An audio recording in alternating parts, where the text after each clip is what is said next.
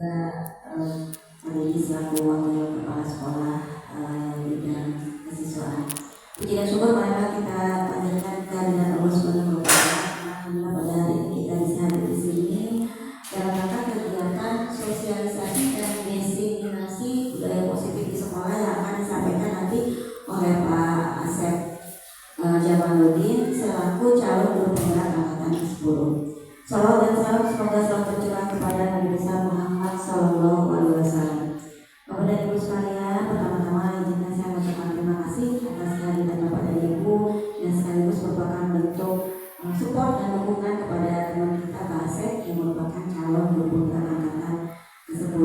Baiklah, sebelum kita mulai acara pada hari ini, mari kita bersama-sama membuka acara ini dengan membaca basmalah.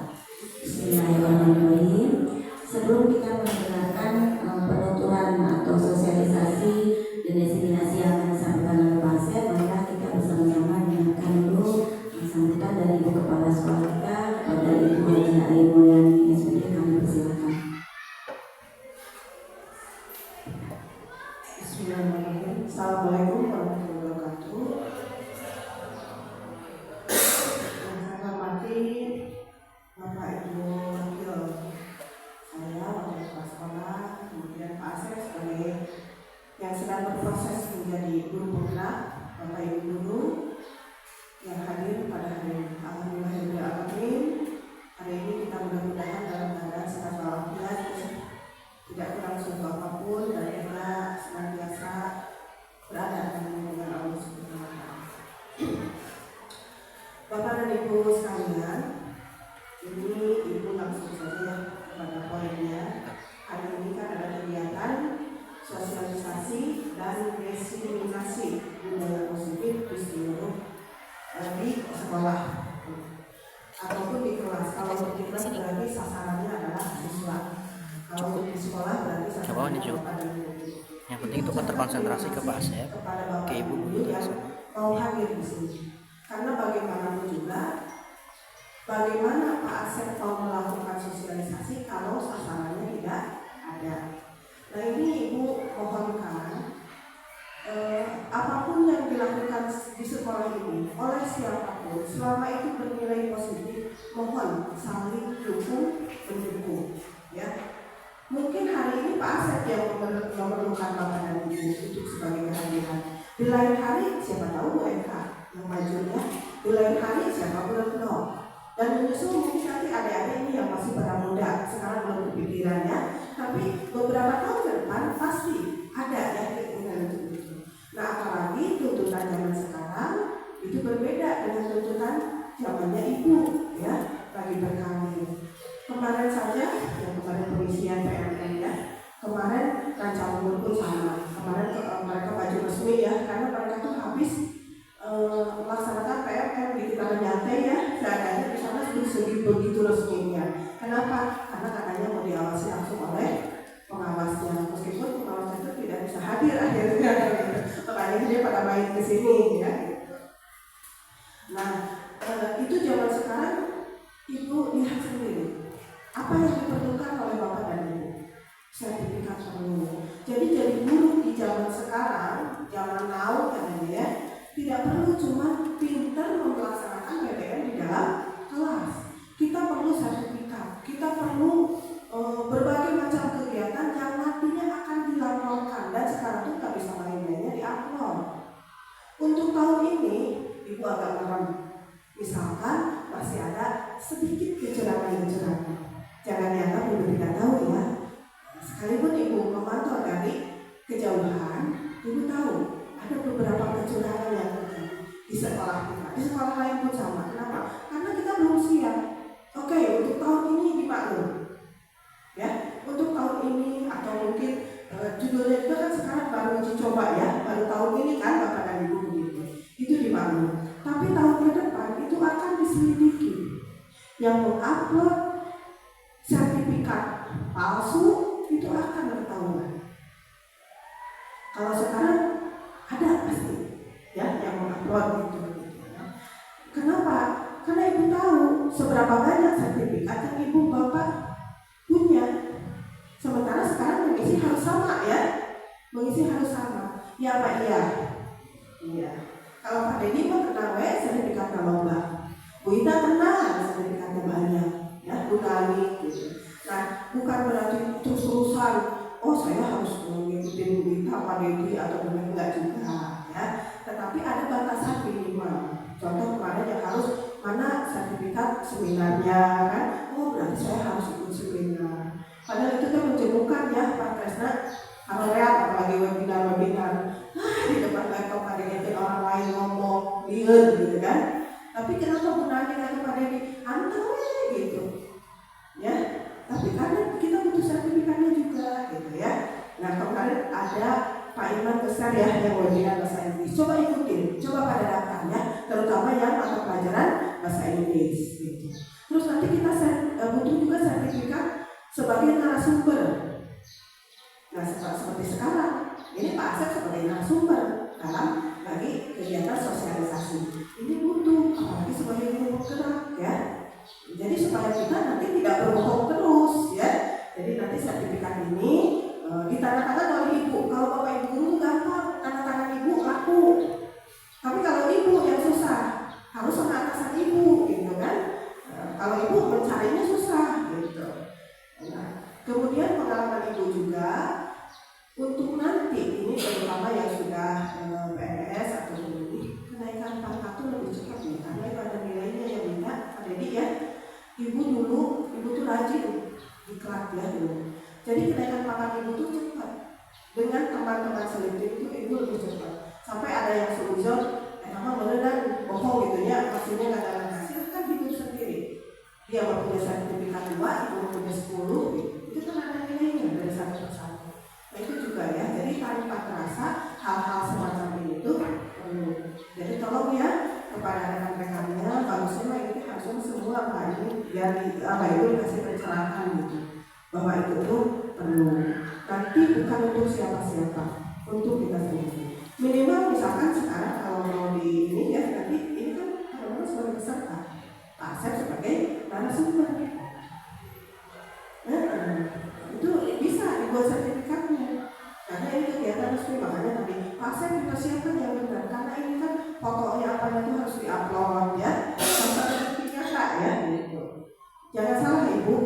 Tahun depan PMR itu mungkin akan sedikit demi sedikit lebih diperhatikan.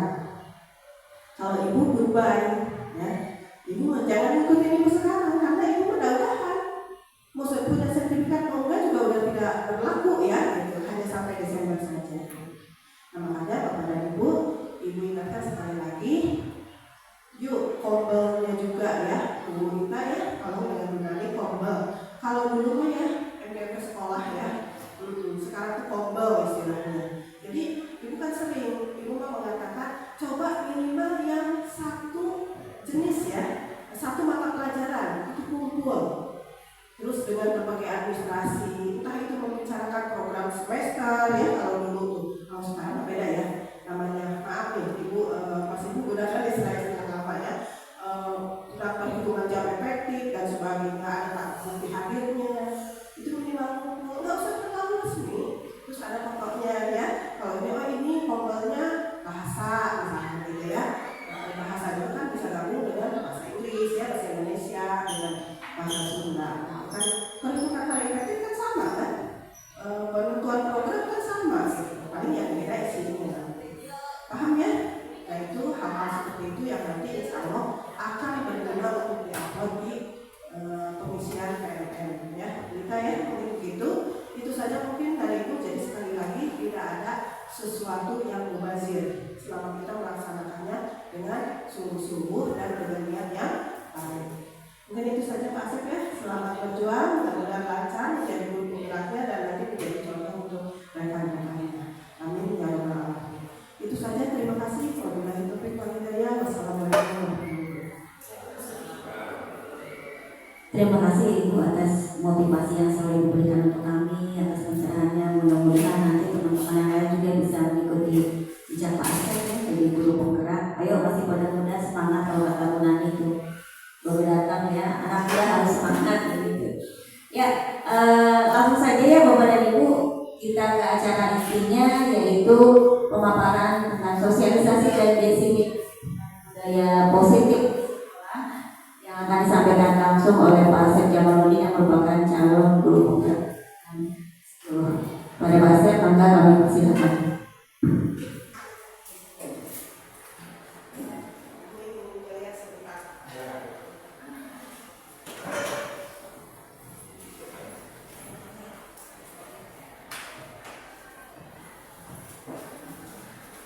Ya, Assalamualaikum warahmatullahi wabarakatuh. Terima kasih saya ucapkan kepada Ibu Kepala Sekolah, Ibu Bapak Ibu selaku wakil kepala sekolah dan para guru dari SMP Negeri 26 yang sudah dapat hadir menghadiri sosialisasi dan diseminasi budaya positif di sekolah, di mana ini merupakan salah satu program yang harus saya ikuti dalam pendidikan guru penggerak, dan ini harus diwujudkan dalam aksi nyata. Ya, minimal saya memberikan sosialisasi.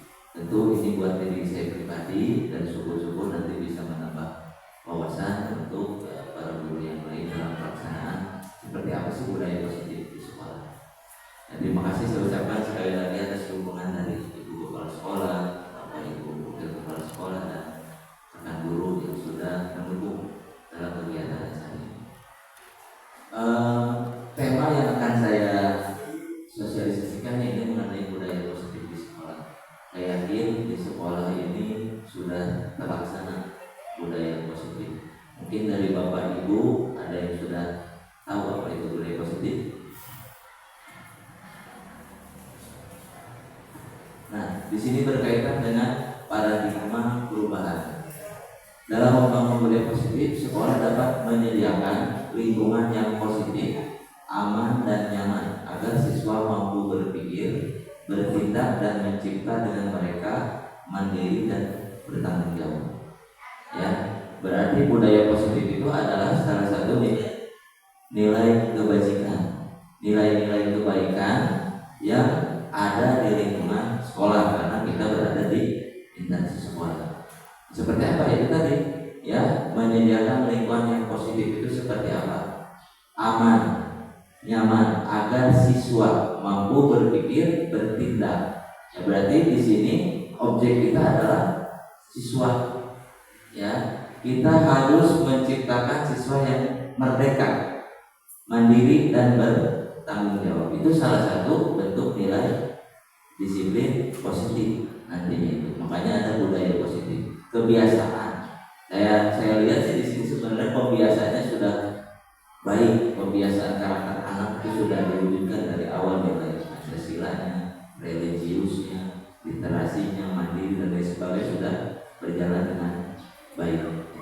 Nah, paradigma perubahan di sini sesuai dengan kurikulum yang sekarang, kurikulum mereka yang berkaitan dengan proyek penguatan profil pelajar Pancasila. Di situ sudah ada nilai-nilai 6 karakter itu, ya, dimana sesuai dengan filosofis dari Kerajaan Dewantara, ya, bahwa kita itu seorang yang bukan menuntut anak, tetapi harus bisa menuntut anak. Ya, kita tidak bisa memaksakan. Makanya di situ ada berbeda dengan ketika dulu kita belajar dengan yang sekarang. Ya, jadi kita harus bisa menyesuaikan dengan potensi, minat, bakat dari siswa kita sendiri, sesuai dengan kodratnya. Ada kodrat alam dan ada kodrat zaman. Ya, jadi siswa itu adalah merupakan seperti gambaran kertas. Ya, kertas, tetapi kertas itu sudah ada garisnya. Ya, nah dari garis itulah kita lihat sisi positif dari kompetensi anak tersebut. Minat bakatnya di mana, itu yang ditebalkan. Jadi yang positifnya pasti ada garis yang negatifnya, tetapi itu tidak perlu dimunculkan. Yang kita munculkan adalah garis yang minat bakat anak tersebut. Ya, itu. Siapa? Ya, terima kasih Bu. Nah, di sini ada konsep materi yang mungkin nanti akan saya coba sedikit-sedikit ya, untuk karena berkaitan dengan budaya positif. Yang pertama, perubahan paradigma tadi yang berkaitan dengan filosofis belajar Pancasila. Kemudian makna dari disiplin tadi, budaya positif itu berkaitan dengan disiplin, tentu disiplin yang positif. Kemudian berkaitan dengan motivasi perilaku manusia, tujuan disiplin positif, keyakinan kelas, kegiatan pendalaman keyakinan kelas, ada kegiatan tampak seperti dan tidak tampak seperti, kegiatan mempelajari tanggung jawab setiap warga kelas, kebutuhan dasar manusia, posisi kontrol guru, posisi kontrol restitusi, dan restitusi sebagai sebuah cara menanamkan disiplin positif pada siswa. Nah, di sini ini adalah meta konsepnya, ya, mulai dari disiplin itu berkaitan dengan teori kontrol, kemudian dengan kebutuhan 5 posisi kontrol guru, teori motivasi, dan makna disiplin nanti, sehingga terakhir akan terwujud nilai-nilai kebajikan tadi. Ya, ujung dari budaya positif ini adalah nilai-nilai kebajikan. Nah, di sini, ya, di sini ada suatu teori kontrol. Yang pertama, ilusi bahwa guru mengontrol siswa. Semua perilaku mempunyai tujuan, bahkan untuk perilaku yang tidak disukai. Untuk itu pada dasarnya guru tidak dapat memaksa siswa untuk berbuat sesuatu jika siswa tersebut memilih untuk tidak melakukannya. Walau guru tampaknya sedang mengontrol perilaku siswa, tetapi sebenarnya siswa sedang mengizinkan dirinya untuk dikontrol. Hal ini karena kontrol guru menjadi kebutuhan dasar yang dipilih siswa. Nah, dari yang pertama itu ada beberapa poin. Tidak memaksa siswa, tetapi mengizinkan dirinya untuk dikontrol oleh seorang guru. Nah, di sini ada teori kontrol bahwa guru itu dapat melakukan suatu kontrol terhadap siswa dengan hal-hal yang positif. Ya, di situ kita harus memahami dalam mengembangkan penguatan karakter dari siswa tersebut sesuai minat dan bakatnya. Ya, itu sebab itu kebutuhan dasarnya. Ketika siswa itu tidak mampu mengontrol dirinya, ada motivasi dari luar. Siapa? Kita guru. Kita harus bisa mengontrol guru. Dalam rangka apa? Tentu dalam rangka nilai-nilai positif. Yang kedua, ilusi bahwa semua penguatan positif itu efektif dan bermanfaat. Nah, penguatan positif merupakan bentuk-bentuk kontrol untuk mempengaruhi siswa agar mengulangi suatu perilaku tertentu. Usaha untuk mengontrol siswa tersebut dalam jangka waktu tertentu, kemungkinan siswa tersebut akan menyadari dan mencoba untuk menolak bujukan guru, atau mungkin akan menjadi tergantung pada pendapat guru untuk berusaha. Nah, di sini artinya kita melakukan suatu penguatan atau kebiasaan-kebiasaan di mana nanti itu tentu dari guru, ya, ada program-program dari sekolah yang seperti apa, sehingga nanti akan terwujud menjadi suatu budaya positif. Kemudian yang ketiga, ilusi bahwa kritik dan membuat orang merasa bersalah dapat menguatkan karakter. Menggunakan kritik dan rasa bersalah akan mengontrol siswa, membuat siswa menuju identitas yang gagal. Ya, karena cara tidak langsung mengajarkan mereka belajar untuk merasa buruk tentang dirinya sendiri. Nah, itu kalau kita mengkritik siswa, ya, seakan-akan menekanlah dengan bahasa, itu akan terjadi identitas yang gagal. Ya, maka karakter itu tidak akan muncul nantinya. Ya. Kemudian bahwa orang dewasa memilih hak untuk memaksa. Perilaku yang memaksa tidak akan efektif untuk jangka waktu yang panjang dan bahkan dapat membentuk suatu permusuhan. Nah, di sini ini adalah teori kontrol, bagaimana motivasi kita untuk mengontrol murid mana, kontrol-kontrol yang mungkin bisa kita manfaatkan yang baik. Tentu dari hal 4 ini mana yang paling baik? Apakah yang pertama, kedua, ketiga, atau keempat? Ya. Soal yang paling baik, tapi ini adalah suatu ilusi yang selama ini kita gunakan, namun ternyata tidak efektif untuk siswa. Namun ada beberapa hal yang kita gunakan di sini itu akan efektif, tapi tergantung dari siswanya. Kembali lagi ke hubungan sebab akibat. Ya, jadi nanti kita akan coba kupas lagi dan bahas aja kupas coba. Bahwa dari sini akan terlihat beberapa teori yang memang malah bersama ini yang selama ini kita laksanakan. Ya, siap. Terima kasih Pak Jadi. Siap. Sebenarnya benar, ya. Tadi kadang-kadang bertentangan. Saya juga ketika mau mulai bertentangan, sebab ada karakter anak-anak seperti itu. Tapi kita lanjutkan dulu, ya, ke materi berikutnya biar nanti tergambar. Ini kan baru teori kontrol nih. Ini kan teori kontrol bahwa motivasi perilaku manusia itu seperti ini, ya. Itu. Kita lanjut, ya.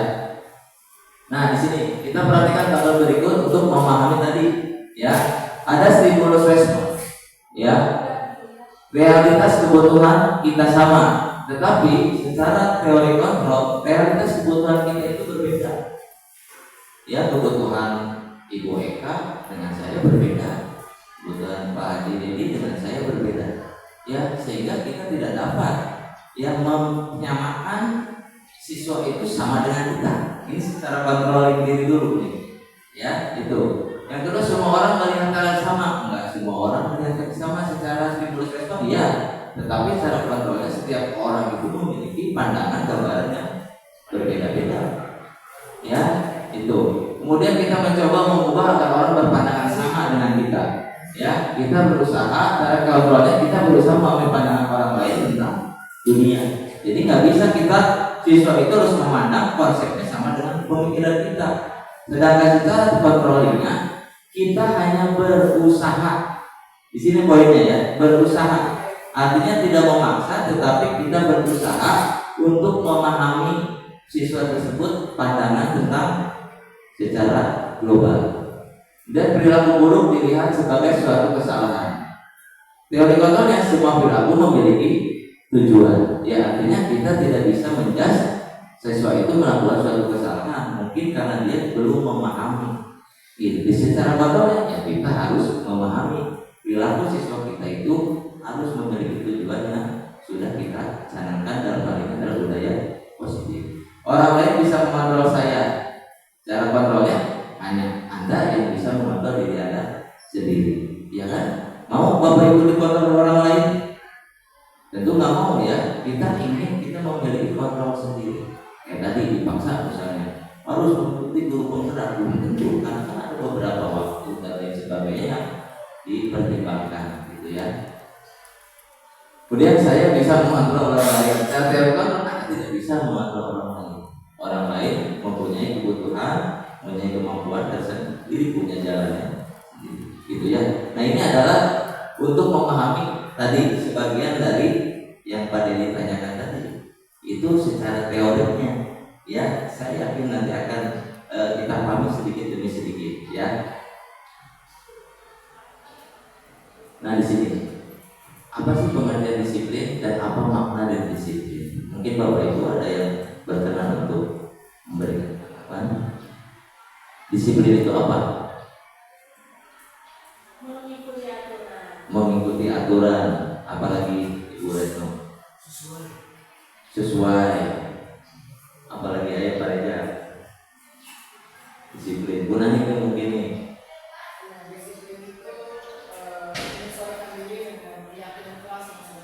Nah, ya, dengan keyakinan kelas nanti dalam bulan ini pernah mengikuti jadi paham keyakinan kelas nanti, ya. Itu oke. Nah, di sini ya, Bapak Ki Hajar Dewantara menyatakan bahwa untuk menciptakan siswa yang merdeka, maka syarat utama harus mempunyai disiplin kuat, yaitu disiplin yang berasal dari motivasi internal. Dan jika tidak mempunyai motivasi internal, maka diperlukan motivasi eksternal. Itu kata Bapak Ki Hajar Dewantara, menciptakan siswa yang merdeka. Berarti poinnya di sini adalah di disiplin. Diana Gosson menyatakan bahwa kata disiplin berasal dari bahasa Latin disciplina, yang berarti belajar. Kata disiplina juga berasal dari akar kata yang sama, disiplin atau murid. Diana menyatakan bahwa disiplin juga berkonotasi dengan disiplin diri siswa. Disiplin diri dapat membuat seorang menggali semua potensi dirinya untuk mencapai suatu tujuan, sesuatu yang dihargai dan bermakna. Ya. Jadi disiplin di sini adalah sebenarnya belajar proses, ya, bagaimana membentuk nilai-nilai kebaikan tadi dari dalam diri siswa itu sendiri, gitu. Makanya di situ ada dari dalam, ada dari luar, ya. Tadi yang seperti Pak Denny bilang, ada anak yang belum timbul, walaupun dari luarnya digembleng seperti apa, ya tetap aja akan seperti itu. Karena tidak ada kesadaran atau motivasi dari siswa itu sendiri. Makanya perlunya suatu komunikasi nanti berkaitan dengan kesepakatan, ya. Ada kesepakatan kelas atau keyakinan kelas nanti akhirnya. sana ya. Itu ya. Jadi harus punya sama saya misalnya. Saya juga terkadang saya nggak ada motivasi awal itu untuk ABC, tetapi kadang ada motivasi eksternal yang memberikan dorongan ke saya ingin mengikuti suatu kegiatan tersebut. Karena saya menyadari bahwa ini penting buat saya. Akhirnya itulah tadi. Maka timbullah hal-hal disiplin tadi.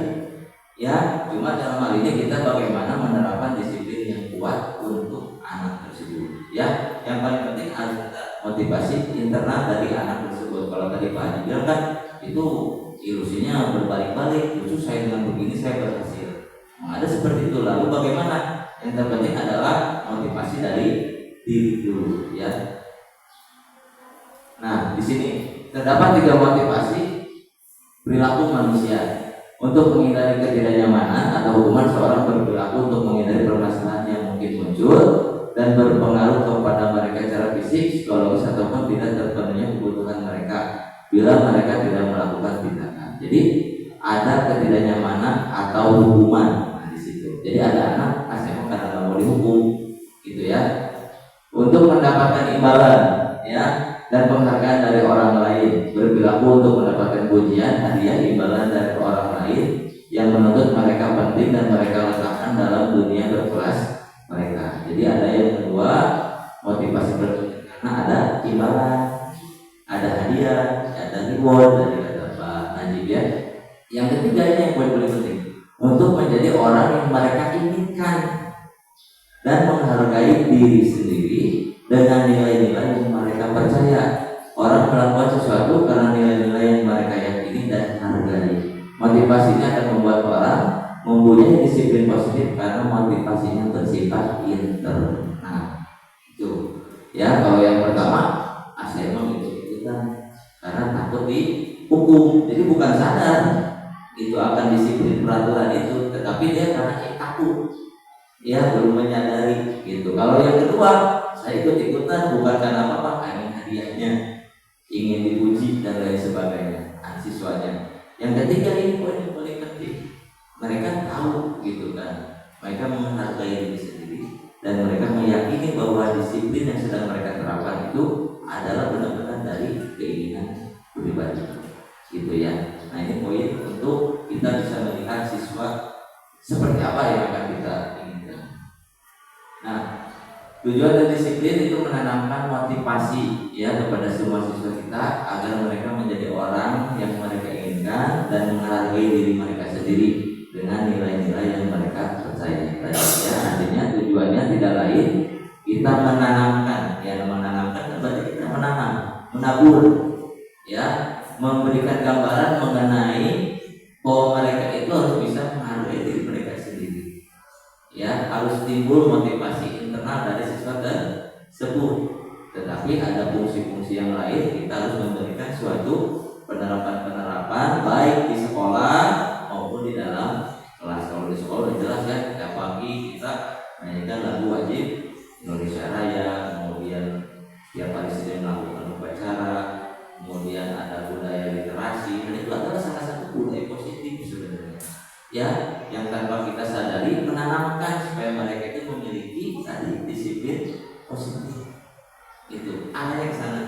Itu kalau di lingkungan sekolah secara umum, tapi kalau di kelas nanti ada lagi, ya makanya nanti kita lanjutkan biar nanti nyambung. Nah di sini ada keyakinan kelas tadi yang seperti Bonanik ya, itu tentang keyakinan kelas. Keyakinan adalah merupakan nilai-nilai kebaikan atau prinsip-prinsip yang disepakati secara universal. Orang akan lebih bersemangat atau tergerak untuk melaksanakan keyakinannya daripada hanya mengikuti aturan. Nah sekarang pertanyaannya, apakah keyakinan kelas sama dengan peraturan kelas? Sama atau tidak? Keyakinan kelas dengan peraturan kelas? Hah? Tergantung. Ada boleh tadi yang beda siapa? Bonanik apa? Beda. Keyakinan kelas itu berdasarkan keinginan siswa. Mereka mengajukan dulu nilai-nilai kebajikan mereka, kemudian dirangkum menjadi 7 hal yang paling dihargai di kelas tersebut. Jadi yang membuat siswa. Kalau peraturan kelas Jadi kalau keyakinan kelas itu berarti yang dimaksud Bu Nani itu berarti udah ada nilainya ya. Nilai yang terwujud itu dari mana? Dari siswa-siswa tadi yang saya dengar dari Bu Nani. Ya, kita lanjutkan biar nanti masuk. Nah, di sini ya. Jadi keyakinan kelas itu nilai-nilai yang di akhir itu yang akan diambil sesuai dengan kesepakatan kelas yang akan dibuat. Ya, tentu pelibatannya adalah terhadap siswa. Keyakinan itu nilai-nilai kebajikan tadi. Ya, anak punya rasa tanggung jawab, kemudian anak punya rasa toleransi di dalam kelas ini kita posisinya. Ya, di sini pembentukan keyakinan kelas yang pertama, keyakinan kelas bersifat lebih abstrak dari peraturan yang lebih rinci dan nyata. Nanti ada contohnya. Ya, artinya keyakinan ini pendek, beda sama peraturan. Jika kamu aja, ya. Tapi kalau keyakinan kelas nanti wujudnya pendek, lebih singkat tetapi dipahami. Oh, ini maksudnya kemana? Kayak misalnya gini lah, kalau kita naik motor pakai helm, ya, kira-kira itu bentuknya keyakinan kelas atau peraturan undang-undang?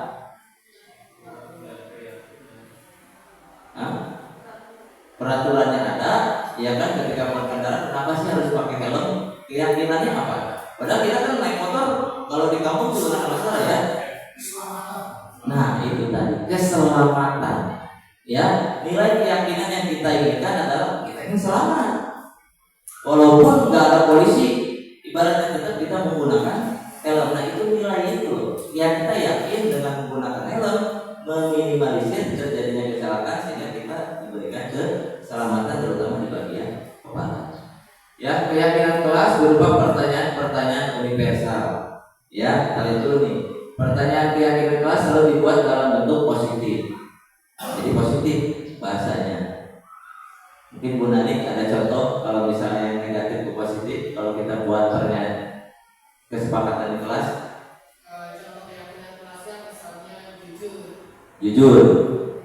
Itu wujudnya. Berarti kalau misalnya kesepakatan kita ambilkan ke anak apa? Bu, tidak melihat tugas dari rekan sebelahnya atau teman kelasnya, maka nanti wujudnya itu dirubah. Tidak itu dirubah menjadi kalimat positif. Jadi apa? Nah, harus mengerjakan tugas sendiri gitu. Kalau kita tanya Bu, nah ya, jadi kalimat yang negatif itu dirubah menjadi kalimat positif. Pokoknya tidak ada kata tidak ada kata jangan.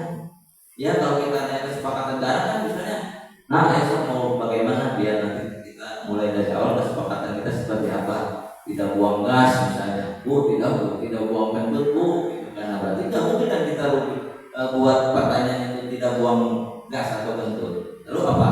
Dirubah jadi positif, jadi kalimatnya jadi apa? Ya, artinya apa? Tidak melakukan tidaknya itu dirubah menjadi apa? Menghargai teman yang ada di kelas. Gitu. Jadi dirubah tuh kata-kata negatif itu menjadi kalimat yang positif. Ya, kemudian keyakinan kelas harus dibuat tidak terlalu banyak. Ya, walaupun banyak nanti ada poin-poinnya, mana yang masuk ke dalam toleransi, mana yang masuk ke dalam mandiri, mana yang dimasuk ke dalam bekerja keras atau kreatif. Nah, nanti masuknya ke sana. Kemudian keyakinan kelas dapat diterapkan di lingkungan itu, jadi di kelas saja. Ini ketika kita di dalam kelas ya, gitu. Jadi ini bisa kita lakukan. Semua anggota kelas hendaknya ikut berkontribusi dalam pembuatan keyakinan kelas melalui kegiatan curah pendapat. Nanti kita lihat ya. Semua anggota kelas bersedia meninjau kembali keyakinan kelas dari waktu ke waktu. Jadi ini, nah ini ada langkahnya ya. Jadi kalau Bapak Ibu nanti mau membuat keyakinan atau keyakinan kelas itu, ada pertama memberikan kesempatan kepada semua siswa untuk berpendapat tentang peraturan yang perlu disepakati di kelas. Misalnya tidak menggunakan HP misalnya, ya kan? Berarti nanti posisinya dirubah menjadi kalimat yang positif. Kemudian nanti peraturannya, karena kamu maunya apa? Tidak makan di dalam kelas Bu, gitu kan? Ya berarti dirubah menjadi kalimat positif. Kemudian tidak membuang sampah di dalam kelas, nanti dirubah posisinya. Artinya itu siswa itu kita tanyakan peraturan-peraturan dari mereka yang mereka inginkan ketika kita dalam kelas. kemudian mencatat semua masukan siswa, tulis tuh bisa di whiteboard ataupun di apalah yang menarik buat mereka mengikuti keyakinan kelas ini. Ya, bisa di kertas besar. Kemudian menyusun kelas sesuai prosedur pembentukan keyakinan kelas tadi, yang negatif menjadi positif. Jangan berlari di kelas, menjadi berjalan di kelas. Artinya ketika di kelas keberempatan, jangan lari-lari, dirubah menjadi berjalan di kelas gitu ya. Itu contoh aja. Kemudian meninjau kembali daftar pendapat yang telah dicatat, kemudian mengajak siswa untuk mencari nilai kebajikan dan keyakinan. Ya, tadi berjalan di kelas, mendengarkan guru, dan datang tepat waktu bisa dijadikan menjadi satu keyakinan, yaitu saling menghormati. Tadi walaupun peraturan banyak, tetap keyakinannya nanti singkat. Itu mana yang masuk ke dalam saling menghormati tadi.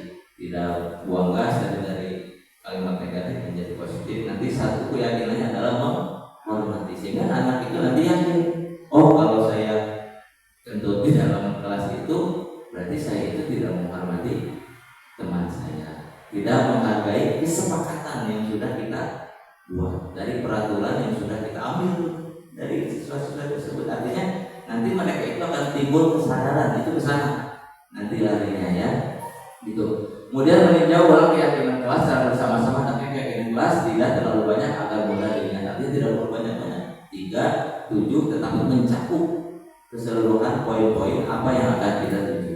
Kemudian setelah keyakinan kelas selesai dibuat, maka semua anggota kelas dapat meninjau ulang dan menyetujui dan menandatanganinya. Itu sepakati secara bersama. Ada faktanya, ada bukti acaranya, sehingga nanti kita tempel. Itu sebagai salah satu kesepakatan yang dibuat antara guru dengan siswa ketika di dalam kelas. Keyakinan kelas dapat ditempel di dinding kelas agar mudah untuk diri. Jadi boleh, silakan ya. Nah, di sini adalah contoh keyakinan kelasnya. Ini sudah jadi keyakinan kelasnya ya. Contoh tadi yang 3 sampai 7 poin yang sudah diringkas tuh. Ya, dari awal kan dari peraturan yang kita inginkan ke anak-anak. Ini salah satu contohnya di kelas 1. Setiap anggota kelas perlu belajar. Kemudian setiap anggota kelas perlu senang. Nah, berarti nggak ada tuh anak kelas itu cemberut, gimana caranya gitu kan. Setiap anggota kelas perlu melakukan tugas tadi berkaitan dengan apabila tugas harus dikerjakan. Tiap anggota kelas perlu saling menghargai. Dan itu contoh-contohnya. Kemudian yang keyakinan kelas 7 juga sama ya. Kami meyakini bahwa sangat penting untuk menghormati semua orang dan milik orang lain. Ini berkaitan mungkin pinjam. Saya pinjam tapi nggak bilang dulu anak itu. Nah, itu perlu dibuat sehingga nanti timbullah keyakinan kelas ini bisa ditempel nanti di kelas. Ya, sebagai bentuk keyakinan nilai-nilai kebaikan, hormat, bekerja, diterima dan sebagainya. Ya, untuk mendalami poin kelas bagi selama kelas, maka di awal pembelajaran mungkin nanti selama seminggu itu dapat diadakan kegiatan pendalaman ini. Ya, terutama untuk di kelas yang akan kita ajar nantinya. Ya, nanti kan kita belajar baru, nah bisa tuh sebagai kesepakatan kelas guru makel dengan siswa. Nah, ini kegiatan pendalamannya nanti baru kita amati lagi. Tadi kan ada seminggu ya, nggak mungkin 1 hari. Nanti akan terlihat ya. Kegiatan ini dilakukan dengan membagi anggota kelas menjadi beberapa kelompok. Setiap kelompok diberikan kertas. Ini mah contohnya nanti. Ya, ini langkah-langkahnya kalau kita setelah membuat keyakinan kelas ya. Guru memberikan salah satu keyakinan kelas kepada tiap kelompok. 2 kelompok diberikan keyakinan yang sama jika 10 kelompok. Jika ada 10 kelompok, kemudian tiap kelompok diminta memberikan pendapat tentang keyakinan tersebut, tampak seperti apa atau tidak tampak seperti apa. Kemudian hasil tiap kelompok dipresentasikan pada kelompok besar dan kertasnya ditempel di sekeliling dinding kelas agar dapat dilihat oleh semua anggota kelas untuk menguatkan pemahamannya. Nah, di sini ini disebut dengan tabel teks tadi ya. Kalau tampak seperti, tidak tampak seperti, ini contohnya tadi yang tadi kelas 7 hormat ya. Apakah tampak seperti tepat waktu? Nah, kita masuk apakah murid-murid itu sudah ada di dalam kelas setelah membuat keyakinan kelas itu ya, apakah belum tampak berarti sering hadir terlambat, sehingga itu nanti bisa menjadi evaluasi kita dari keyakinan yang sudah kita buat. Kemudian tekun bekerja dan menyimak guru, udah tampak belum tuh setelah membuat keyakinan kelas anak tersebut itu memperhatikan kita atau emang tidak mendengarkan, masih acuh. Nah, sebagai artinya kan berarti nanti supaya gampang, ketika mereka acuh tak acuh berarti mereka melanggar keyakinan yang sudah kita sepakati, sehingga kita nanti bisa mengarahkannya untuk memperbaikinya seperti apa. Ya, nanti kita lanjutkan dulu ya. Nanti coba ini nyambung ya. Ini yang penting tahu dulu KBT itu adalah tampak seperti dan belum tidak tampak seperti dari keyakinan yang sudah kita buat. Nah, satu lagi ada tabligh, terdengar, terlihat, berperilaku. Dari ada KBT ini tabligh seperti ini ya. Terdengar, pernah nggak misalnya di kelas tersebut, yuk saya bantu. Nah, berarti itu saya bantu itu berarti ada rasa gotong royong. Pernah nggak dengar anak? Misalnya anak lagi berisik, ada nggak terdengar? Tolong semuanya jangan berisik. Kita kan lagi mendengarkan penjelasan guru. Nah, itu adalah terdengar. Jadi sudah ada poin di situ. Ya, bahwa keyakinan yang disepakati itu sudah ada dari dalam diri murid tersebut. Kalau terlihat, kita lihat anak tersebut kalau di situ memegang barang milik orang lain hanya dengan izinnya. Ya, kita melihat misalnya si A meminjam penghapus ke si B, tapi izin dulu, boleh nggak aku pinjam? Nah, itu terlihat. Ya, artinya oh ternyata anak ini sudah melakukan keyakinan yang sudah kita sepakati itu terlihat di situ. Ya, jadi sudah terdengar, terlihat. Kemudian terakhir ada perilaku tadi ada semua anggota kelas wajib senang. Nah, berarti kan poinnya di sini. Nah, pada senyum lah ya. Nah, kalau senyum berarti kurang lebih sudah masuk ke kesepakatan keyakinan yang sudah kita buat. Jadi anak ini berarti sudah ada timbul kesadaran keyakinan bahwa mereka mengikuti peraturan kesepakatan yang sudah dibuat itu adalah menjadi suatu dari dirinya sendiri. Sudah yakin kalau saya ramah dan begini, kalau saya mengerjakan tugas akan seperti ini, itu ya. Nah, di sini kalau kita mau melakukan langkah-langkahnya, mungkin guru membuat bagan yang bersifat kotak ya. Masing-masing kotak diisi dengan judul, nanti bisa dilampirkan guru tugasnya, murid tugasnya, ya guru tugasnya bukan, murid tugasnya bukan. Jadi guru bercurah pendapat dengan cara mengajak siswa berpendapat secara individu, membagi murid dalam 4 atau 8 kelompok. Ya, hasil dari curah pendapat ditempel pada dinding kelas agar dapat dilihat oleh seluruh anggota kelas. Ini contohnya, ya curah tadi kan ada curah pendapat. Kira-kira dengan ini ditempel nanti akan terlihat. Tugasnya guru mengajar, murid tugasnya belajar. Itu jangan dibalik nantinya.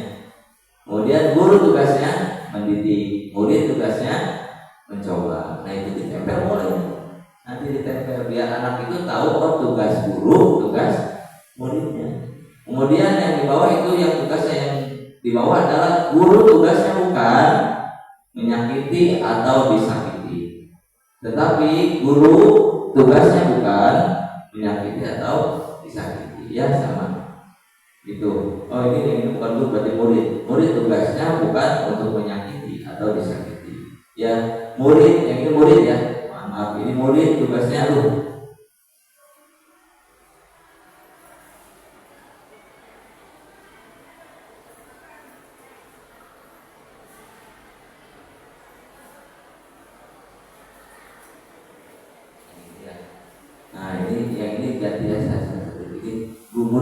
ya, murid tugasnya bukan menyakiti atau disakiti dan seterusnya. Ini bisa menjadi gambaran nanti untuk bapak ibu guru ketika membuat keyakinannya kelas ya. Nah di sini ada hukuman, sanksi atau konsekuensi dan restitusi. Kira-kira ada yang bisa berbagi pendapat hukuman, sanksi atau konsekuensi dan restitusi? Ya, ini mungkin nggak apa-apa. Hukuman apa nanti mungkin bisa. Hukuman. Iya, ada lagi punya pendapat lain? Hukuman itu lebih ke fisik. Sanksi atau konsekuensi itu biasanya ya misalkan kita boleh melakukan kesalahan, jadi misalkan konsekuensinya dia disuruh menulis kembali misalnya ayat Al-Quran berapa ayat. Kalau restitusi mengembalikan siswa ke dalam kelompoknya dengan terbentuknya disiplin baru. Iya, kasih tepuk tangan atau pembukaan ya. Nah ini hukuman tadi, sanksi, konsekuensi eksekusi. Ya, kita lanjutkan dulu biar nanti terlihat. Ya, hukuman di sini kita lihat ke satu lebih jelas ya tabel biar nanti tadi di awal kita pernah mengenai tadi ada identitas gagal. Nah ya, di sini ada hukuman, kemudian ada sanksi atau konsekuensi, ada restitusi. Kalau hukuman tadi yang pernah bilang ada hukuman mungkin fisik, psikologis atau verbal kata-kata, ya gitu. Kalau konsekuensi tadi dari peraturan yang sudah kita sepakati terjadilah suatu konsekuensi. Ketika kamu tidak mengerjakan tugas berarti ada konsekuensinya, ya kan? Anak sudah tahu. Tetapi kalau hukuman di sini tiba-tiba kita menyuruh orang, anak datang terlambat misalnya ya, langsung aja, udah kamu bersihkan kamar mandi, langsung bersihkan kamar mandi. Itu hukuman atau bukan? Atau hukuman sanksi atau apa? Sanksi. Anak datang telat nih, ya hukuman. Kira-kira kalau hukuman itu kan tiba-tiba tadi saya bilang, ya tidak ada kesepakatan, konsekuensinya seperti apa belum terlihat di situ. Beda lagi ketika kita nanti anak masuk ketika mata pelajaran kita ya, ketika dia telat datang itu tentu ada konsekuensi. Makanya nanti ada kesepakatan itu tadi di awal. Kalau telat itu seperti apa? Tentu nanti ada hal positif yang harus kita jadikan konsekuensi. Salah satunya tadi ada menulis, kalau ulama mungkin menulis surat apa, nah itu masuk ya ke dalam konsekuensi. Nah di sini ada nih, kalau hukuman sesuatu yang menyakitkan harus terjadi, ya kalau sanksi sesuatu yang harus terjadi. Kalau restitusi adalah merupakan pilihan. Tadi Gunanik yang restitusi ini mengembalikan, memperbaiki kesalahan anak yang tadi tidak tepat hadir datang ke sekolah supaya diperbaiki untuk hadir tepat ke sekolah gitu ya. Kemudian kalau hukuman itu tidak nyaman untuk murid untuk jangka waktu panjang, biasanya kalau hukuman apa? Timbul dendam ya, itu nggak ada turun kalau main begini aja ya pasti timbul ya. Tetapi kalau misalnya sanksi tidak nyaman untuk murid ya Bang, tetapi dalam jangka waktu yang pendek karena dia tahu kesepakatan dia bahwa saya emang sudah membuat kesepakatan kalau telat akan diberikan sanksinya apa. Ya, artinya dia tahu karena mereka menyadari kesepakatan itu. Ya, kemudian membuatkan untuk murid dalam jangka waktu yang panjang ini tadi. Ini bagaimana kita memperbaiki anak ini. Nanti ada restitusi, ada segitiga restitusi. Nanti mungkin kita lanjutkan ya nanti biar paham. Artinya sekarang harus paham hukuman, sanksi dan restitusi. Ya, di sini adalah tabel ini sebagai salah satu bentuk identitas saja. Nanti supaya Bapak Ibu bisa memahami hukuman itu seperti apa, sanksi itu bagaimana, makanya disebut identitas gagal ini hukuman. Identitas berhasil tadi disiplin ini ada di sini, ada sanksi, konsekuensi dan restitusi. Jadi udah bisa ya, hukuman itu bukan tiba-tiba mendadak orang nggak hukuman aja tuh sama orang, sama siswa. Nah itu akan menimbulkan suatu jangka panjang itu sakit hati, dendam dan lain sebagainya. Mungkin sampai bermusuhan, sampai anak lulus masih bermusuhan dengan kita. Tapi bagaimana menciptakan disiplin? Tadi ada keyakinan kelas yang dibuat dari kesepakatan, baik kesepakatan di sekolah maupun kesepakatan kita di dalam suatu kelas ketika kegiatan pembelajaran. Ya, nanti kalau emang butuh nanti saya share aja ininya ya untuk ini. Nah di sini ya hukuman bersifat tiba-tiba atau tidak terencana. Ya, siswa tidak tahu apa yang akan terjadi, tidak dilibatkan. Di samping itu hukuman hanya bersifat satu arah dari guru yang memberikan dan siswa hanya menerima hukuman tersebut tanpa suatu diskusi atau arahan dari guru baik sebelum atau sesudah hukuman berupa fisik maupun verbal akan membuat siswa tersakiti. Ada verbal gitu. Ya sekarang harus hati-hati, verbal juga bisa menjadikan suatu hukuman yang tidak mengenakan ya, disebut A, B siapa dengan bahasa-bahasa yang tidak mengenakan.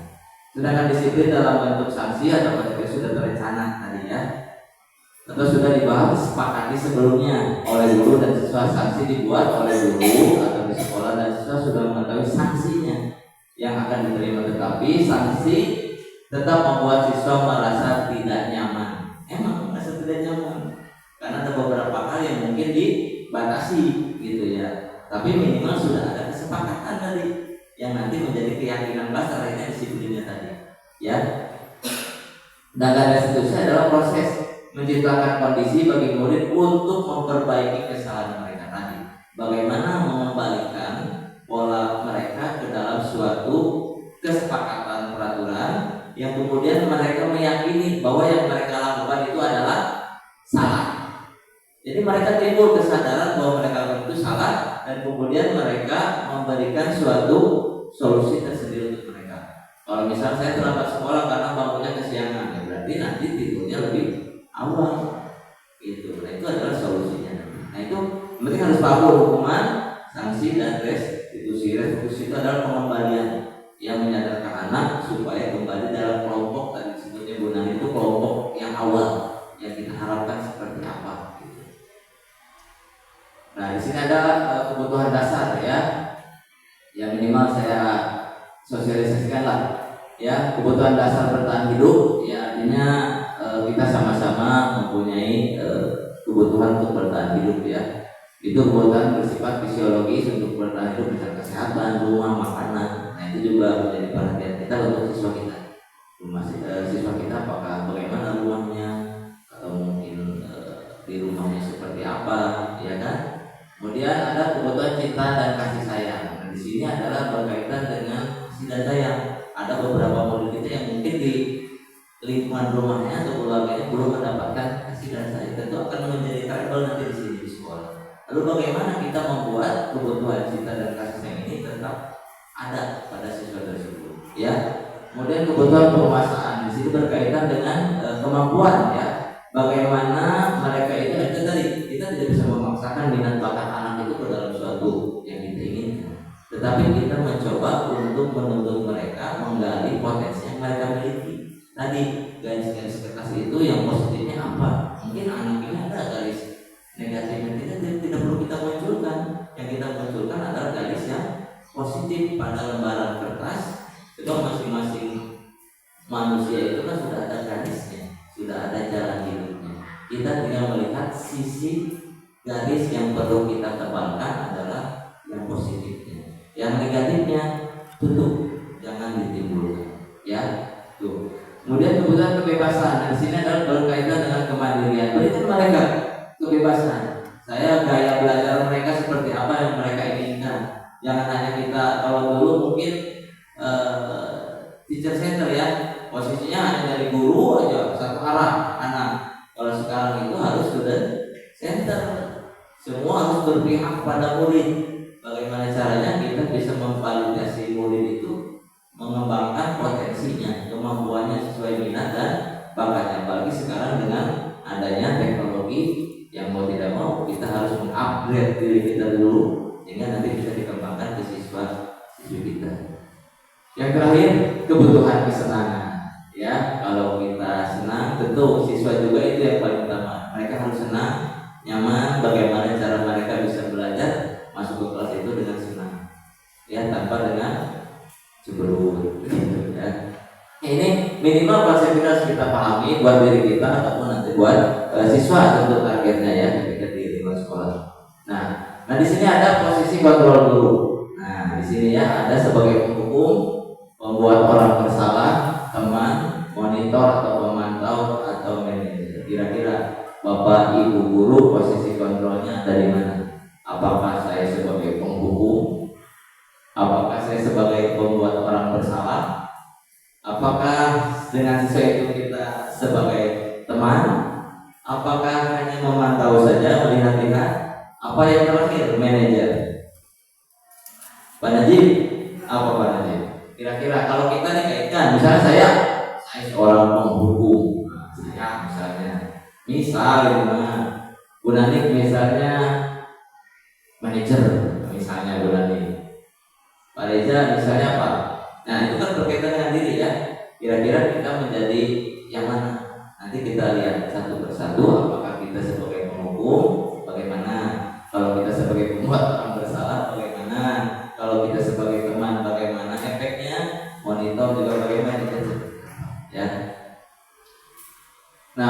Jadi menurut dari dosen terdapat 5 posisi kontrol seorang guru terhadap siswanya. Yang pertama, penghukum. Seorang penghukum dapat menggunakan hukuman fisik dan verbal tadi ya yang sudah dibahas oleh Bu Nani. Guru yang menjalankan posisi penghukum akan berkata, patuhi aturan saya atau awas nanti. Itu hukum itu ya. Kemudian kamu selalu salah.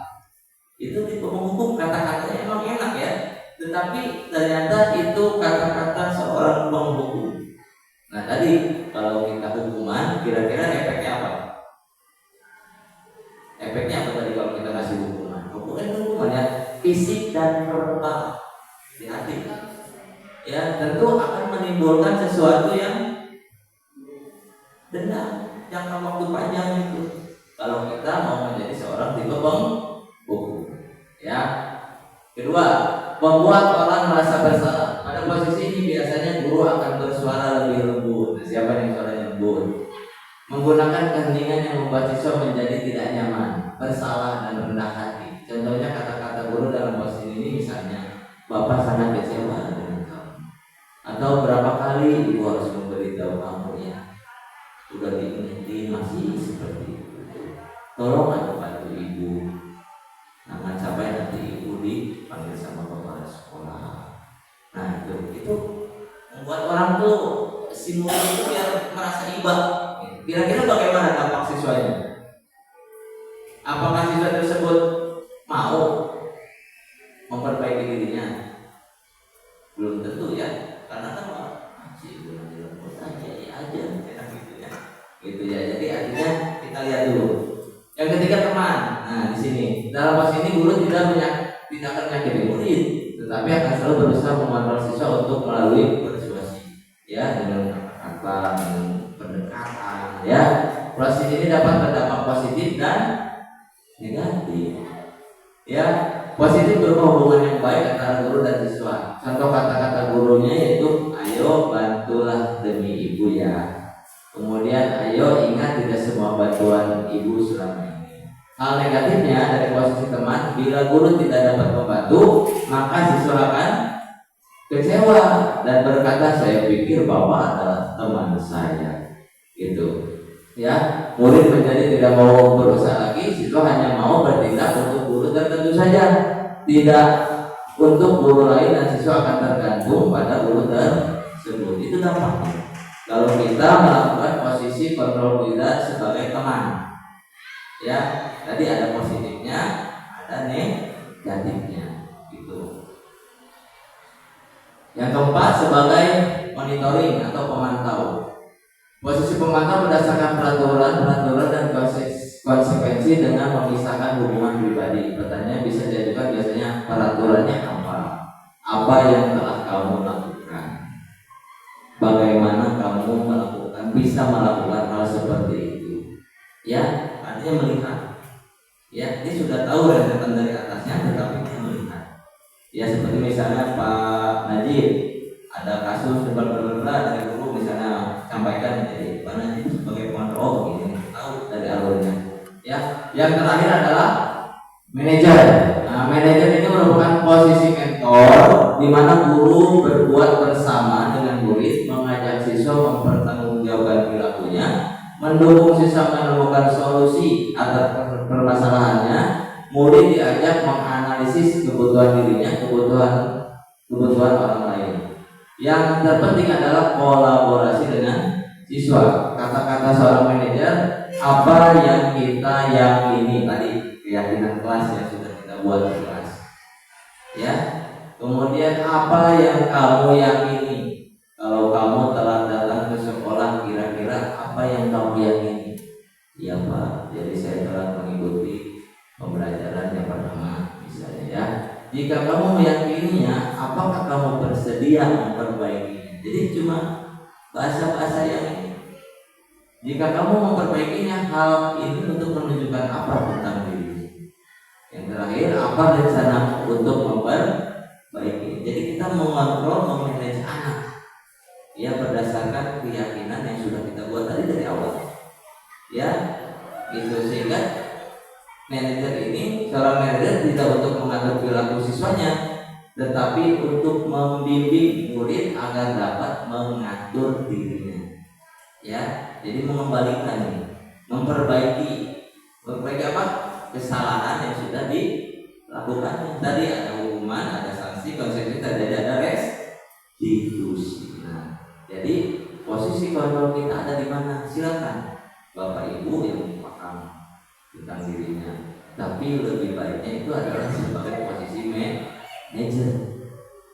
Gitu. Ada yang tipe mogok tadi seperti ini, merasa bersalah seperti ini dampaknya.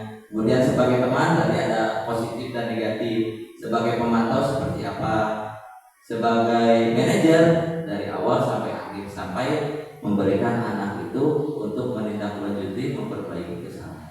Karena sudah ada keyakinan keras yang buat kalau kamu tidak masuk ke kelas, kamu akan seperti apa? Saya tidak mendapatkan materi, saya tidak mendapatkan ilmu. Lalu bagaimana? Lain-kali saya tidak akan mengulang lagi misalnya anak itu berapa. Gitu ya. Tentu kita harus gali. Ya, tanggung jawab. Nah, di sini ada posisi kontrol restitusi ya. Tadi yang terakhirnya manajer itu ada di restitusi. Murid berkata, saya tidak peduli. Dampaknya mengulangi kesalahan berulang kali. Maafkan saya.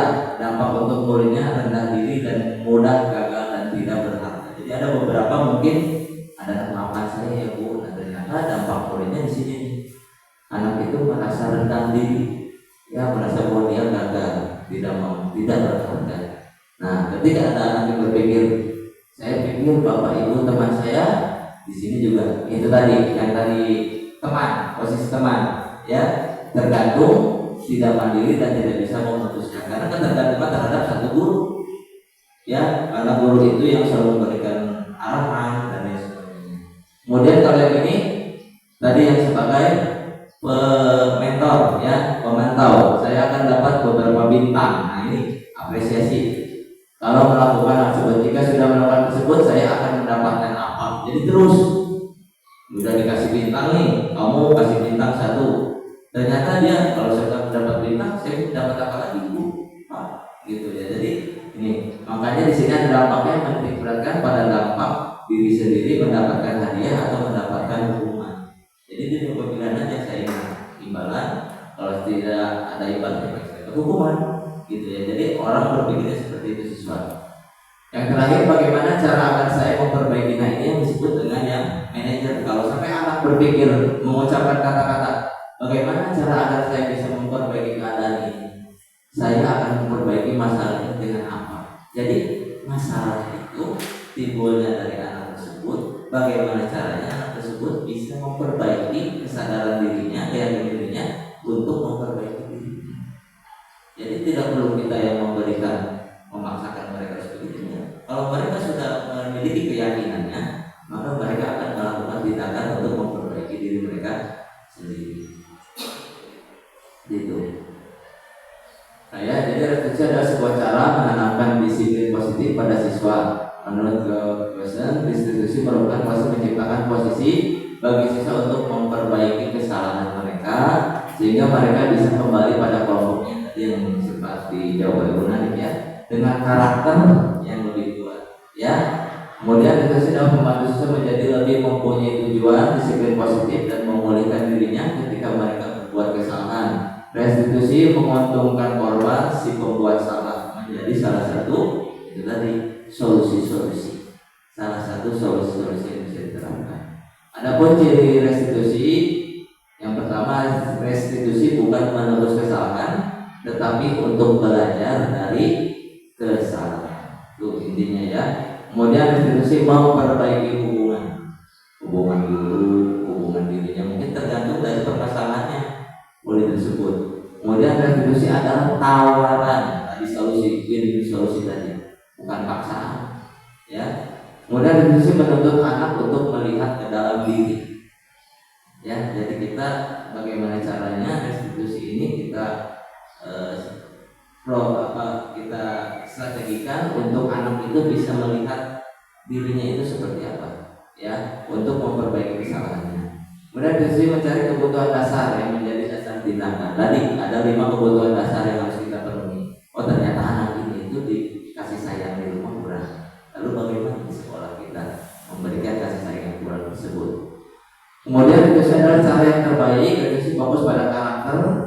tindakan. Nah, kita fokusnya pada karakter, nilai-nilai disiplin positif yang akan kita terapkan, ya, bukan tindakan-tindakannya. Kemudian restitusi itu menguatkan, restitusi mengembalikan siswa yang berbuat salah pada kelompoknya, kembali ke awal. Nah, di sini ada tadi dengan segitiga restitusi. Kemarin kalau nggak salah di PMM udah banyak yang melaksanakan segitiga restitusi ya modulnya. Nah, di sini untuk segitiga restitusi itu ada 3 tahapan ya. Yang pertama ada menstabilkan identitas, kemudian validasi tindakan yang salah, kemudian yang terakhir menanyakan keyakinan. Menstabilkan identitas, yang pertama, setiap orang pasti pernah melakukan kesalahan. Jadi ketika anak datang terlambat itu jangan langsung dimarahi. Jadi kita menstabilkan emosi mereka dulu. Anak udah telat, terus masih yuk dicarikan pasti. Nah, gimana caranya kita bisa menanyakan pertanyaan yang, kenapa kamu terlambat? Ya, iya Pak, saya ban motor misalnya ini. Oh ya, setiap orang pasti pernah mengalami hal itu. Nah, gitu, jadi distabilkan dulu nih emosi siswa itu, jangan langsung meledak-ledak gitu. Ini yang disebut menstabilkan. Yang kedua, kamu bukan satu-satunya yang pernah terlambat, emang ada beberapa juga. Nah, itu stabilkan dulu tuh. Jadi bagaimana caranya siswa itu stabil emosinya sehingga tidak merasa aduh dan sebagainya. Ya, yang kedua validasi tindakan yang salah. Pertanyaannya seperti ini, kamu tentu punya alasan mengapa kamu melakukan itu. Nah, itu udah mulai masuk ke dalam validasi tindakan yang salah. Kemudian adakah cara yang lebih efektif untuk mendapatkan apa yang kamu butuhkan? Nah, itu pertanyaan-pertanyaan sudah mulai naik ke validitas. Artinya kita mengingatkan satu indikator pertanyaan yang mengingatkan mereka terhadap kesalahannya, ya, tapi dengan bahasa-bahasa yang sesuai, gitu. Yang terakhir baru keyakinan kelas. Tadi keyakinan kelas apa yang telah kita sepakati? Kalau misalnya telah datang ke dalam kelas, mereka kan udah ada keyakinan kesepakatan tadi dari awal peraturan yang kita buat bersama, sehingga anak tersebut akan memahami konsekuensinya. Harapannya kamu ingin menjadi orang yang seperti apa ke depannya? Apakah dia dengan tetap dilihat sebagai telat datang ke kelas atau telat datang ke sekolah, ataukah anak tersebut saya nggak mau telat datang ke sekolah lagi? Nah, itu kalau sudah dijawab itu pasti akan ada tindakan di sana. Jadi untuk restitusi ini memperbaiki kesalahan itu, yaitu dapat Bapak Ibu gunakan dengan segitiga restitusi. Yang pertama menstabilkan identitas, yang kedua validasi tindakan yang salahnya apa, jangan melebar kemana-mana intinya. Yang ketiga menanyakan keyakinan dari kesepakatan yang sudah kita buat, ya. Nah, di sini ya, jadi yang pertama sisi menstabilkan identitas. Sisi ini merupakan bagian dasar dari segitiga yang bertujuan untuk mengubah identitas anak dari yang gagal karena melakukan kesalahan menjadi orang yang sukses. Contoh kalimatnya dapat digunakan, berbuat salah itu tidak apa-apa, ya, tidak ada manusia yang sempurna, kita bisa menyelesaikannya. Jadi harus stabilkan dulu ke emosi siswa itu. Apalagi kalau sambil nangis, sambil marah-marah, kalau kita juga marah-marah, anak itu bagaimana kita stabilkan? Jadi harus dengan bahasa-bahasa. Bapak atau ibu tidak tertarik untuk mencari siapa yang salah, kalau anaknya berantem atau apa masalahnya, tapi bapak ingin mencari solusi dari permasalahan ini sehingga anak kita emosinya nanti, ya. Kemudian ketika anak fokus pada kesalahan, maka akan sulit untuk melakukan restitusi tadi. Kalau misal anak kita datang tekan, anak udah nggak pasti, ya, malah anak tersebut akan kesulitan juga, gitu. Apa mungkin menutupi dan lain sebagainya, ya, atau mungkin malah sudah daripada orang itu ngomongnya sekacak-cakruk, gitu ya, gitu. Karena rasa bersalah menguras energi, merasa bersalah berarti identitas gagal, rasa bersalah membuat kita terperangkap pada masa lalu yang sudah tidak bisa diulang lagi. Kemudian yang kedua, sisi validasi tindakan yang salah. Restitusi tidak menyarankan guru berbicara kepada siswa bahwa melanggar peraturan adalah sikap yang baik, tetapi dalam restitusi harus memahami alasan. Jadi kita harus paham alasannya dan memahami bahwa setiap orang pasti melakukan hal yang terbaik pada waktu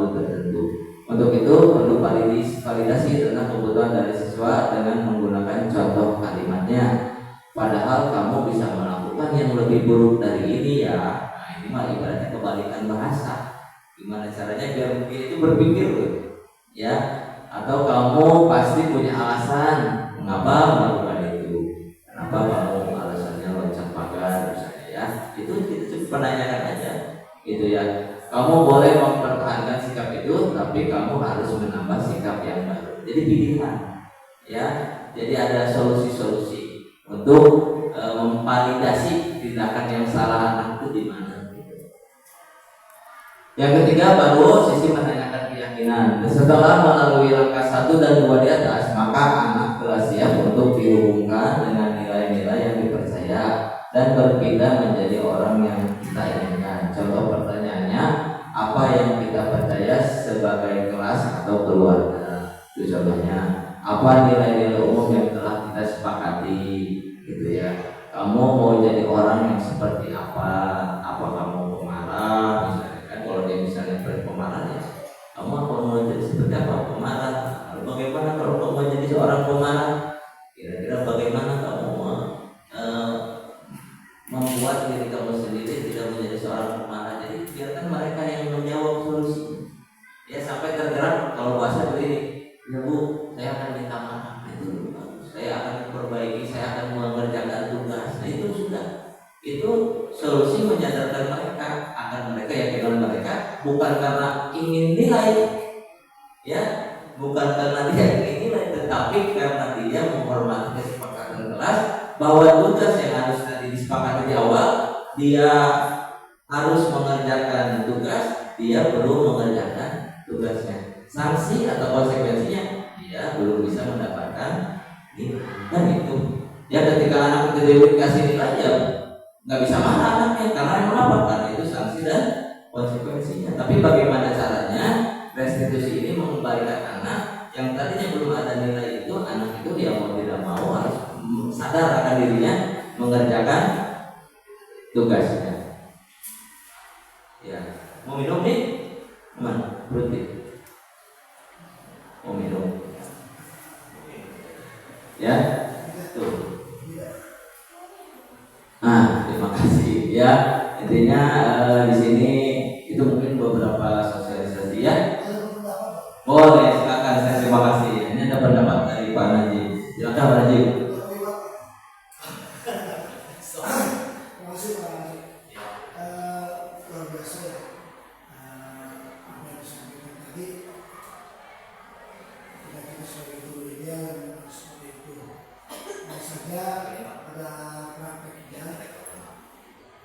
Yang tadi sampaikan dapat tentang dari kontrol, respon, ya terkadang saya sendiri pun ketika berbuat salah, berbuat buruk itu adalah sebuah kesalahan. Padahal tidak ada perilaku, ada perbuatan yang tanpa tujuannya. Ya ini kan sesuai dengan teori Skinner ya tentang rangsangan atau respon. Tidak mungkin anak melakukan sesuatu tanpa ada respon tersendiri. Kita anggap ketika anak berbuat perilaku jelek, bahwa itu adalah anaknya yang jelek. Padahal sebenarnya anak itu lagi menghadapi masalah sendiri yang dia tidak tahu solusinya menghadapi masalah yang ada, yang akhirnya terrealisasikan tertuang dalam sikap-sikap dia. Nah tentunya berlaku sebagai manajer tadi buat saya itu luar biasa. Namun terkadang kita sendiri lupa dengan apa yang seharusnya kita lakukan. Nah pertanyaan saya ke Pak Asel, kira-kira menumbuhkan manajer dalam diri kita, dalam diri kesadaran kita sebagai pendidik yang tidak hanya tanggung jawab sebatas satu tambah satu sama dengan dua, tapi bagaimana anak bisa menerima satu tambah satu sama dua. Di satu sisi dia juga bersikap bagaimana ketika dia berlaku sesuatu yang positif ditambah dengan positif akan menghasilkan sebuah perbuatan yang lebih positif lagi. Nah, itu ya, terima kasih ke Bapak Najib ya sudah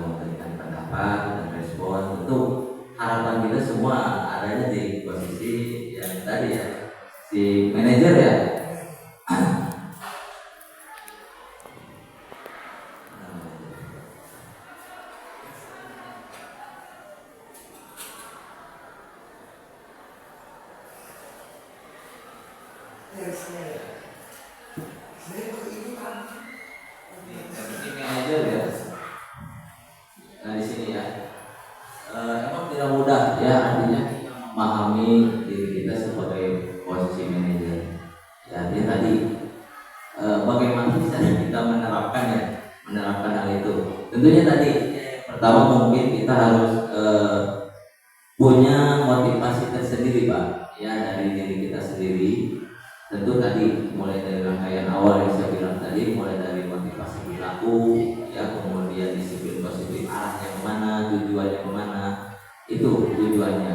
Artinya posisi manajer ini, artinya itu kita harus mampu mengupgrade dulu motivasi dari dalam diri kita.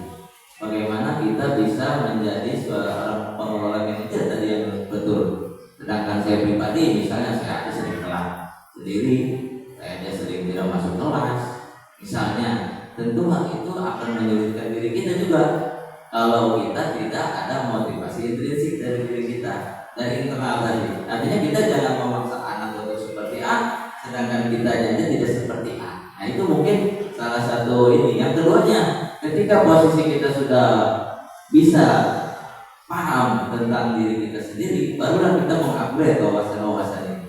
Ya, ternyata tadi ada kebutuhan dasar, teori perilaku manusia, disiplin positif seperti apa, segitiga restitusi seperti apa, hukuman, sanksi atau konsekuensi itu apa, sampai kita mengembalikan. Ya, jadi sebagai manajer itu harus bisa memberikan solusi. Minimal gini Pak, saya tidak mengharapkan semua guru menjadi manajer di dalam sekolah. Ya, kita coba mulai dengan manajer diri kita di dalam kelas, itu aja dulu. Ya, artinya kita jangan menjadi seorang manajer yang ini awal-awalnya. Pertama motivasi intrinsik dari diri kita sendiri setelah mendapatkan ini. Yang kedua kita coba, tadi kan saya bilang ya, kita mencoba dalam waktu tahun ajaran baru mungkin di UITA ya, bisa dijadikan respon lah ya, gitu ya, jadikan respon untuk membuat kesepakatan kelas nanti, ya, gitu, kesepakatan kelas nanti seperti apa, minimal buat manajer saya sendiri dalam kelas, ya, sebab kan guru itu sebagai teladan ya katanya, dilihat, ditiru, nah ya kurang lebih ya, artinya minimal posisi kontrol sebagai manajer ini bisa kita terapkan untuk diri kita pribadi, tentunya Pak ya, dari motivasi intrinsik dulu. Kemudian tentu karena ada disiplin positif, kita dalam kegiatan pembelajaran kita coba buat kesepakatan tadi keyakinan kelas itu di dalam kelas dulu. Emang kalau secara manajerial, secara sekolah mungkin akan lebih kompleks lagi karena ada kolaborasi bukan hanya dengan satu. Justru ini mulai kita kolaborasi kita sebagai guru dengan murid aja di dalam apa kita. Tidak perlu ke yang lain dulu. Ya, sebab kompleksitasnya lebih besar lagi. Kalau mungkin Pak Najib pernah mengalami hal seperti itu. Kalau seorang kepala sekolah kompleks aja. Kepala sekolah tingkatnya lebih tanggung jawabnya dengan dinas, ya, dengan komite orang luar itu lebih banyak. Tapi belum nanti dengan wakasek, belum nanti ngurus gurunya, belum nanti ngurus muridnya. Nah, kalau kompleks itu udah konsep kesana, kita jangan dulu, kita di dalam kelas saja. Mungkin itu Pak sedikit bagaimana sih cara kita menerapkan konsep posisi kontrol manajer ini di dalam kelas. Artinya silakan aja Bapak mau coba saya sebagai penghukum, benar kan dampaknya seperti itu. Ya, artinya kita, tapi kan dari situ bisa terlihat ya, jangan sampai kita posisi kita sebagai penghukum. Tentu nanti akan menimbulkan dampak yang jangka panjang, mungkin sampai berdosa, sampai anak sudah lulus, orang ingat apa Asep, najong saya ngomong enak kan hati. Terus tuh ya, gitu, jangan sampai seperti. Jadi mungkin seperti itu Pak jawaban atau tanggapan dari saya secara materi yang sudah saya pelajari sebentar ini. Itu mungkin Pak Najib. Mungkin ada lagi ya. Ya, terima kasih Pak Asep nih, pencerahannya luar biasa. Kalau ini kan idealnya kita menjadi guru seperti ini ya Pak Asep ya. Halo, sama seperti Pak Asep, mungkin saya juga masih belajar untuk memotivasi diri dan menata diri dulu karena saya juga sering telat sama gitu ya seperti Pak Asep. Tapi dari sini mungkin sedikit-sedikit lah kita belajarnya untuk membuat kesepakatan kelas saja seperti Pak Asep bilang dengan mahasiswa. Tapi juga saya itu bukan tipe orang yang nanti misalnya ketika saya belajar untuk menjadi manajer, saya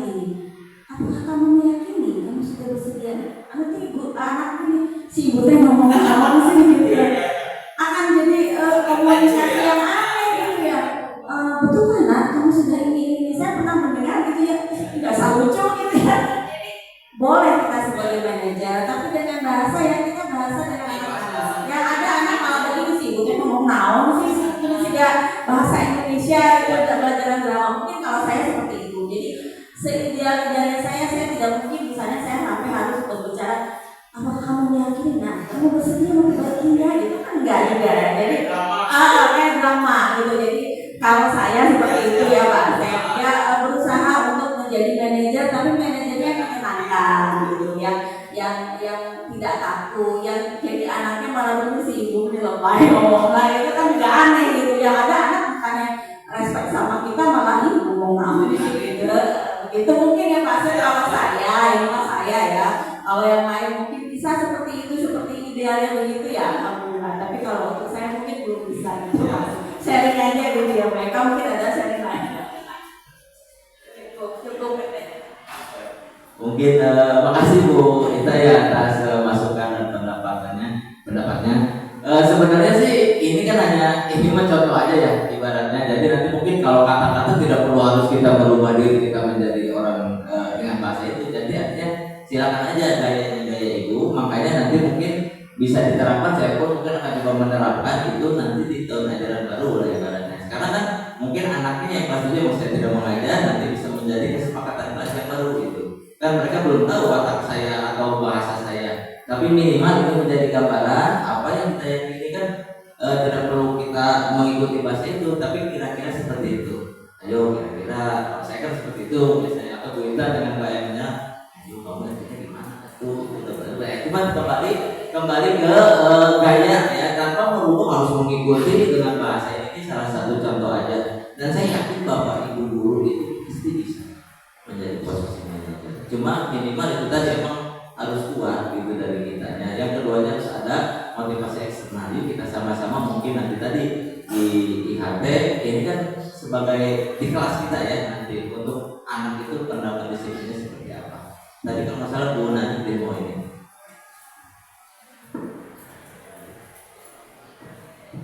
Ya, Bapak Ibu, apa yang disampaikan oleh Pak Asep sangat luar biasa sekali.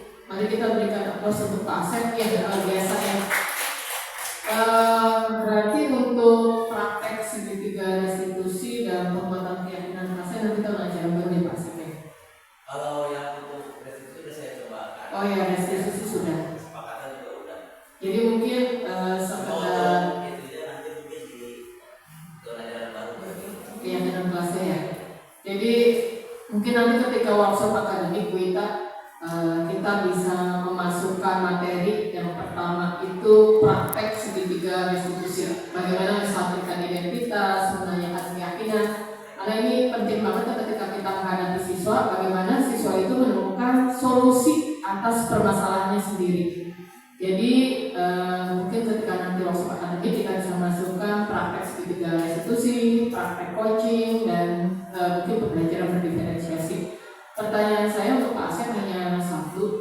Di sekolah-sekolah itu kan sudah ada yang namanya peraturan sekolah di setiap sekolah. Mungkinkah kita mengubah paradigma peraturan sekolah menjadi keyakinan sekolah?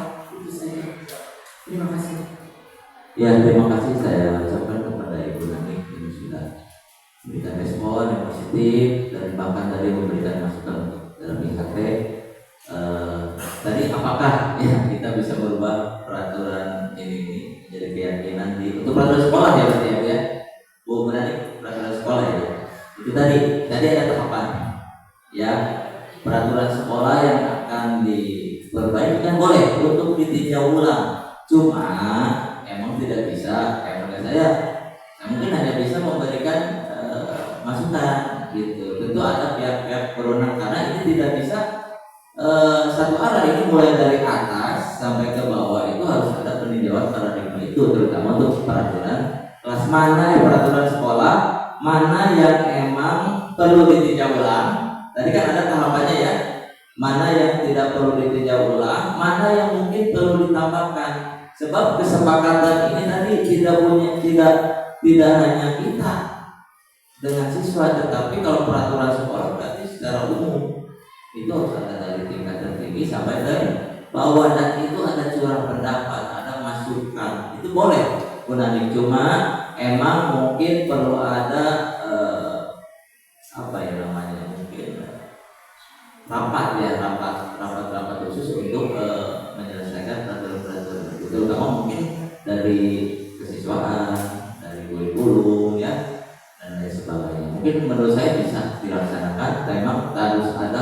waktu pembicaraan, persiapan, komunikasi dengan kepala sekolah dan seluruh stakeholder yang ada di sekolah sampai mungkin ke siswa. Itu bisa dilaksanakan menurut saya kalau berdasarkan tadi tahapan-tahapan itu. Cuma emang yang repot komunikasi kolaborasi ini, ya.